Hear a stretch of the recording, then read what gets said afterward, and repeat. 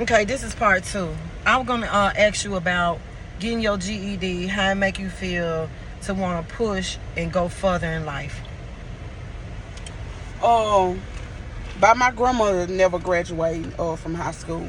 It was never pushed. When I said, hey, I wanted to drop it, I just don't want to go no more. I get my GED later on. It was okay, which I felt like I wanted her to push me and say, no, no, no, you going. But you can't get somebody to push you that never received theirs. They don't know the importance of a high school diploma. Um, so to be honest, Tammy, you was the one pushing me.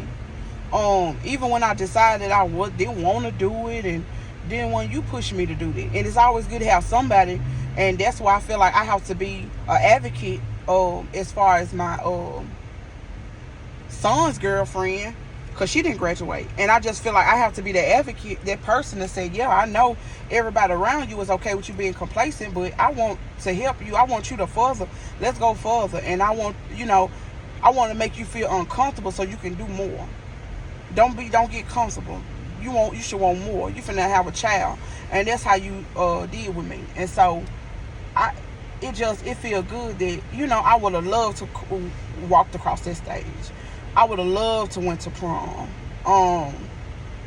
But that's just the cards I was dealt. Everything happened according to how God wants your life to plan out for you, and I had to see that. You can be going down the road. Why is this road blocked off? Now I gotta take 10 minutes. It's a reason why God wants you to take that 10-minute that detour. And that's just like with life. It's a reason why you're taking that detour. Just pay attention to the details. And that's what I had to do. I had to pay attention to the details. It was meant for me to get my GED. It was meant because somebody was gonna come into my life that needed their GED. And I had to got to be the one to push them and tell them it's not hard, but it's not easy either. And you gotta push forward. So I just know everything work out according to God's plan for your life. Okay, and then I'm going to ask you, being a single mother, and telling the young girls about your experience as a single mother, and not to settle, just like being with someone that may be abusive to them, just to be with someone. Like, what do you do to encourage them to love themselves, to take themselves on a date, and not to just settle or and stuff like that? Love who you are at the moment. Okay. Love who you are at the moment.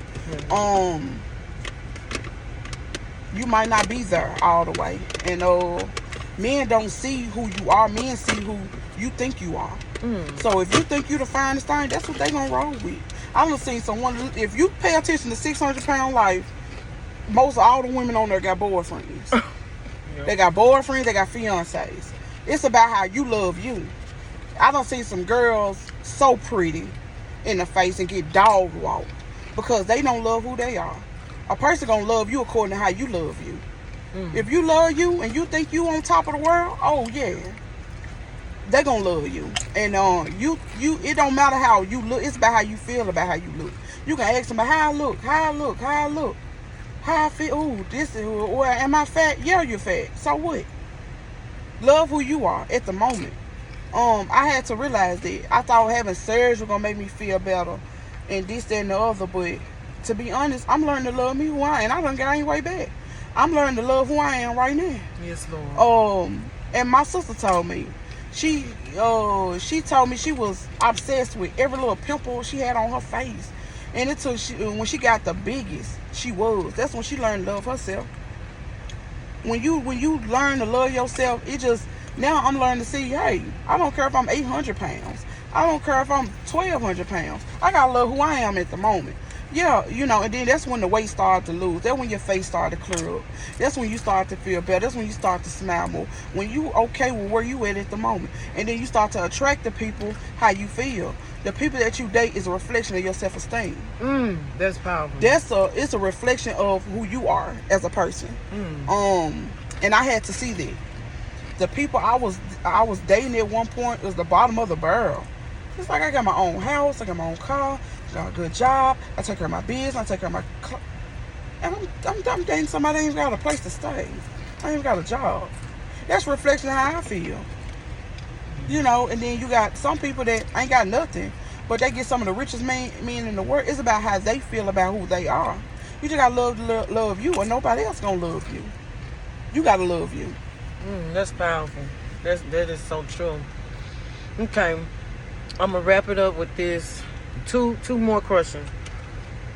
How old you was when you got filled with the Holy Ghost? What's your experience? What's your experience of how you've seen in your life how God transformed your life? And then the last question is forgiveness. And even like forgiving others and forgiving yourself. Go ahead. I don't remember the age that was when I got filled, but I know from that point on, I know God was always with me. Sometimes I might question, oh, I just going through so much. But then then you look around some people situations, and then you like, man, all these people. But then I know in my life, like, God got me. God got me here. God got me. I remember I was coming up here because we was going to catch a flight to California. And when I noticed that it was raining, it was storming, and I was on the highway, and it was raining, everything was covered. I couldn't see. Somehow I got from one side of the highway to the other side, blindsided. Girl. I didn't hit nothing. Nothing didn't hit me. Woo! And you start to look at stuff like, people be going 85, 90 miles. And it was raining. I couldn't see nothing.